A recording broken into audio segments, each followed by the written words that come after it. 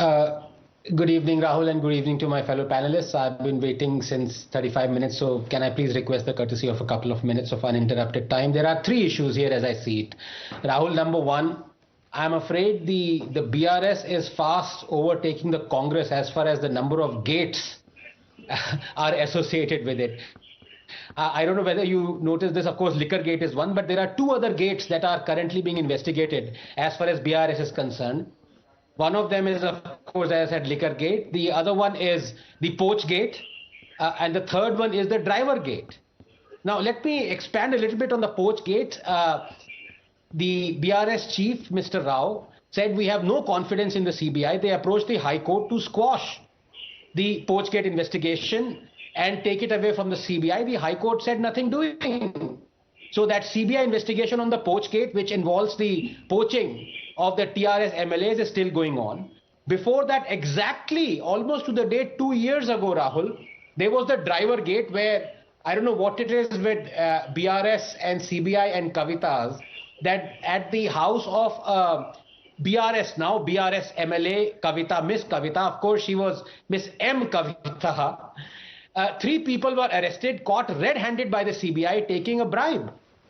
The BRS, created a lot of hue and cry saying that the CBI, I don't know whether you know of this. Of course, I think in fact, you broke this story 2 years ago, Rahul. And this driver gate is still going on. So there are so many gates, one might be confused as to which gate right now is being pursued. And second issue which I want to come here is, I remember on your show, Rahul, my good friend Sanjay Jha said, look, why are we faulting a policy? The liquor gate is not a gate, it is a liquor policy, and the policy cannot be faulted. I'm sure today my good friend Sanjay would apologize, because if at the back of tweaking a policy is a give and take of 100 crores, then obviously the policy has to be investigated as to how many people and who many people are involved in tweaking that policy. It is not just enough to say that because it is a government policy, there can be no crime associated with it, number two. And number three, I think, Rahul, honestly, the time has come for common citizens to stand up for the CBI sleuths investigative agent. It's very demoralizing, believe me. And I'll explain to you why. These are people who are highly articulate, highly educated. They pass one of the world's toughest exams to become the CBI officers. And for them to be called as caged parrots by the court, by everyone, by me, by everyone, is a real taint. And my heart bleeds. These are honest officers. You already know the conviction rate of CBI is 70%. How would it feel if an honest officer is tainted just because the government is making... And of course, you gave the data, Rahul. It's absolutely true.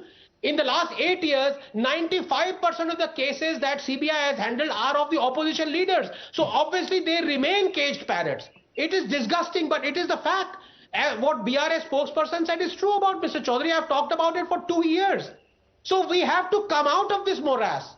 Every state government, the moment its party or its party worker investigated by CBI says, oh, I have no faith in CBI. It is a blotch on the honest CBI officer whom we should all respect. You gave the example, Rahul, just 2 minutes ago before I came on. You took objection when there was an accusation that you were being selective. You didn't expose the scam. You said, no, I did. Imagine a CBI officer in your shoes.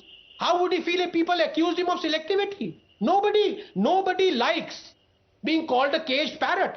So today, as common citizens, we must stand up for the CBI. We must demand the independence be given to the CBI. It is horrible that the Congress controls the CBI, and it is equally horrible that the BJP is also controlling it. We are, as citizens, we should be fed up of this.